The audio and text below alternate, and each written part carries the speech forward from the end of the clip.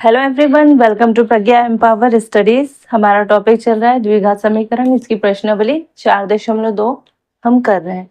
तो स्टार्ट करते हैं। प्रश्नावली 4.2 का पहला क्वेश्चन का थर्ड, गुणनखंड विधि से हमको द्विघात समीकरण के मूल निकालने हैं। ठीक है, मूल क्या होते हैं ये सब हम समझ चुके हैं पहले लेक्चर में।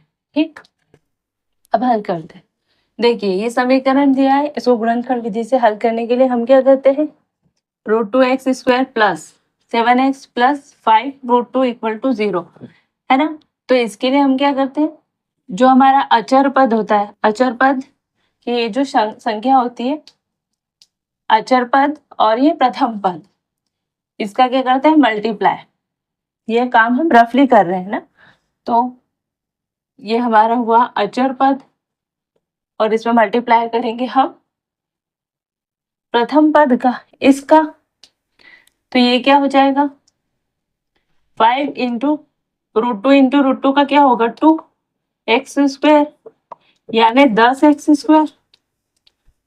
ठीक है, अब 10x² को हम ऐसे गुणनखंड करेंगे, इसको ऐसे तोड़ेंगे कि वो जो खंड होंगे उनको या तो जोड़ेंगे या घटाएंगे, तो हमको मिलना चाहिए मध्य पद, यानी ये मिडिल टर्म, जो कि 7x है इस क्वेश्चन में।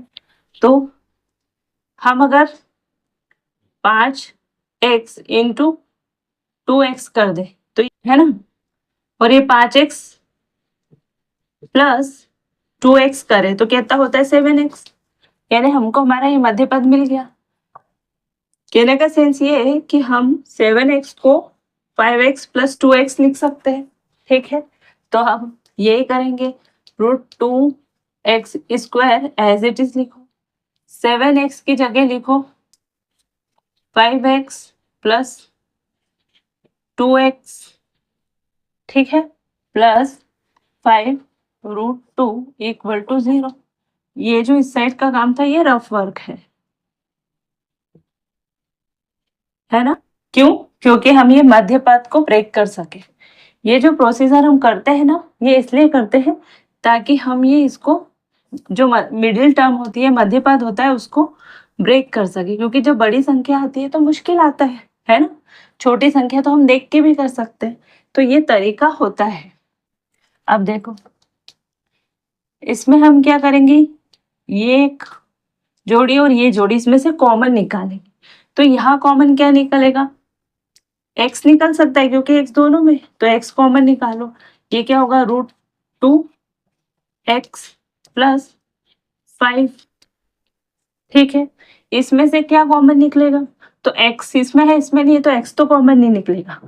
अब देखिए, 2x प्लस 5√2, इससे हमको क्या कॉमन मिलेगा, तो ये जो 2x है इसको हम ऐसे लिख सकते हैं, √2 इंटू √2 ये x, क्योंकि 2 को हम √2 इंटू √2 लिखेंगे, वर्गमूल 2 इंटू वर्गमूल 2, तो 2 हमको मिल जाएगा, है ना। क्योंकि ये दोनों का गुणा होके क्या हो जाएगा, 2। तो हम क्या करेंगे, यहाँ पर भी √2 है, तो हम क्या कॉमन क्या निकालेंगे, √2, यानी वर्गमूल 2 को हमने कॉमन निकाल लिया। तो अंदर क्या बचा, वर्गमूल 2 इंटू एक्स। ठीक है, इससे प्लस यहाँ पर बचा 5 इक्वल टू 0। इसका अगर हम अंदर मल्टीप्लाई करेंगे तो हमको यही मिलेगा, क्योंकि ये वर्गमूल का वर्गमूल से मल्टीप्लाई करेंगे तो हो जाएगा 2, है ना। तो अब अगली स्टेप क्या होगी कि ये दो चीज एक ही है ना। ये एक जोड़ी बन जाएगी, एक जोड़ी, ये एक पद हो रही है, एक पद, इनमें से ये कॉमन निकल रहा है। क्या कॉमन निकल रहा है, √2x प्लस 5, ये कॉमन निकल गया। तो अंदर क्या बचा, x प्लस वर्गमूल 2 √2 इक्वल टू 0, है ना। ये कॉमन निकल गया। अब अगर हम इसको इक्वल टू करें 0 के, या तो ये 0 हो या तो ये 0, अगर इन दोनों में से एक भी 0 होता तो ये पूरा ही 0 हो जाता, है ना। हमको निकालने मूल, तो हम क्या करते हैं, पहले √2 इंटू एक्स प्लस 5 बराबर 0 रखेंगे, तो देखेंगे कि क्या निकलता है। तो ये कामा करके आगे का सोल्व करती हूँ। तो देखो, √2x बराबर ये इधर जाएगा तो क्या होगा, -5, है ना। ठीक है, और इसको हम अगर और सॉल्व करेंगे तो x बराबर क्या होगा, -5 बटे में ये √2 हो जाएगा। तो ये एक मूल हमको मिल गया, है ना। इसको अभी मैं इरेज कर रही हूँ, आप स्क्रीनशॉट ले लेना। ठीक है, अब हम क्या करेंगे, इसको 0 रख के सॉल्व करते हैं और x प्लस √2 इक्वल टू 0 रखो, है ना। तो क्या हो जाएगा, x बराबर -√2 हो जाएगा। ठीक है, तो ये क्या हो गया, हमारे पास दूसरा मूल निकल गया। किसी भी समीकरण के मूल कितने हो सकते हैं, किसी भी द्विघाती समीकरण के ज्यादा से ज्यादा या अधिकतम मूल कितने होंगे, 2। एक निकल गया -5/√2, दूसरा निकल गया x बराबर -√2, है ना। तो एक निकल गया x इक्वल टू -5/√2, -5/√2, दूसरा है -√2। ये दो मूल हमको मिल गए और यही अभीष्ट मूल है। तो आंसर क्या होगा, अभीष्ट मूल एक तो होगा -√2, दूसरा हो गया -5/√2। आगे पीछे लिख सकते हैं, है ना। ये हमारे क्वेश्चन का क्या होगा, आंसर।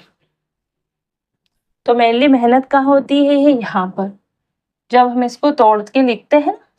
ये 7 को हमने लिखा 5x + 2x, है ना। तो यही क्या करना, ये अचर पद का इसमें मल्टीप्लाई करना।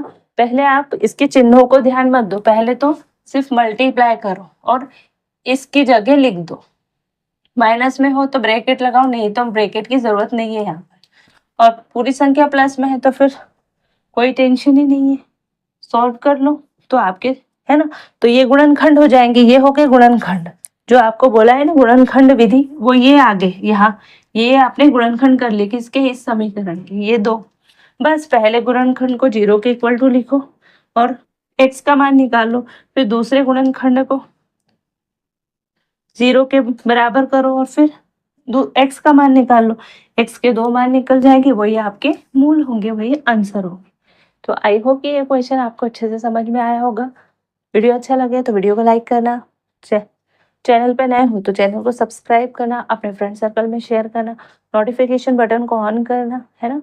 मिलते हैं नेक्स्ट वीडियो में, तब तक के लिए जय हिंद, जय भारत, थैंक यू।